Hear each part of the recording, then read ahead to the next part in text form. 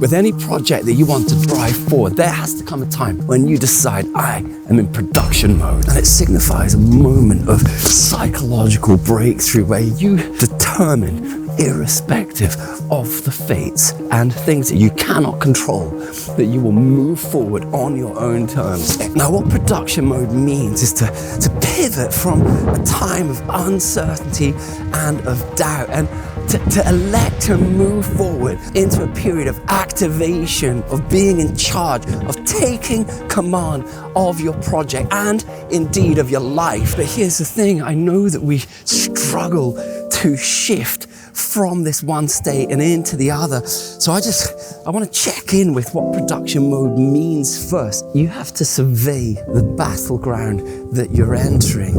Every platform has its own nature and you have to reconcile with the demands that it's making of you. So for instance, with YouTube this year, I wondered why I was struggling with it.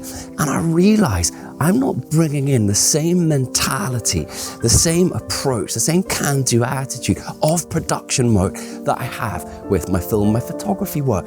And then I asked myself, why am I not bringing my own best to my life? And that is something that you have to ask yourself when you're struggling with a project, because you go out and you give your best to everything. And then suddenly it's like, well, where is the energy left to bring that energy of spirit to your own life? And for some reason, there is something in us that determines to resist when it comes to our life, because it is easier to help other people, to do your work well.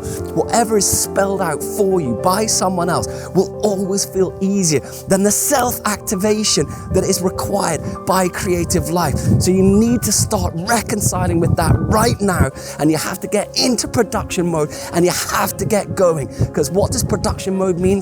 It means bringing the very best of you to your life. You can do this, you will do this. The question is, are you going to activate it? So secondly, having surveyed the rules of the game that you're playing, you have to get specific about outcomes. That means, when are you putting it out into the world? So for instance, with YouTube, the brutal reality is that you have to take more shots at the game.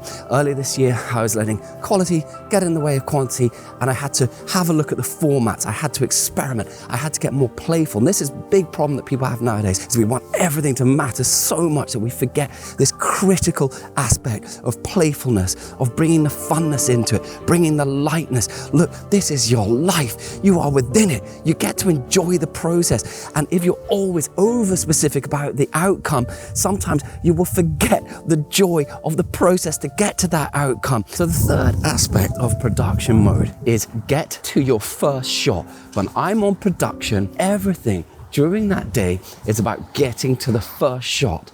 If you're trying to up your game in something, you need to get into production mode. That means not getting trapped in your thoughts forever. We get so caught in the echo chamber of our own minds, this insufferable paralysis of inaction that we fail to get going at all. Fourth rule, you got to shoot, you got to release, and then you got to go again. Do not get overawed and over-attached to these smallest details. The whole thing when you're on production mode is that yes, you're trying to bring your very best into each moment. But what you fail to remember, unless you're very experienced in the creative arts, is that to create something is a symphony of doing your best while acknowledging that you're in a permanent state of imperfection. When I think of the albums I've made or the documentaries I've made, every single moment is living in the deepest sense of compromise. Within a process, your spirit becomes knitted into it as long as you're doing your best in every aspect. And if you do that over time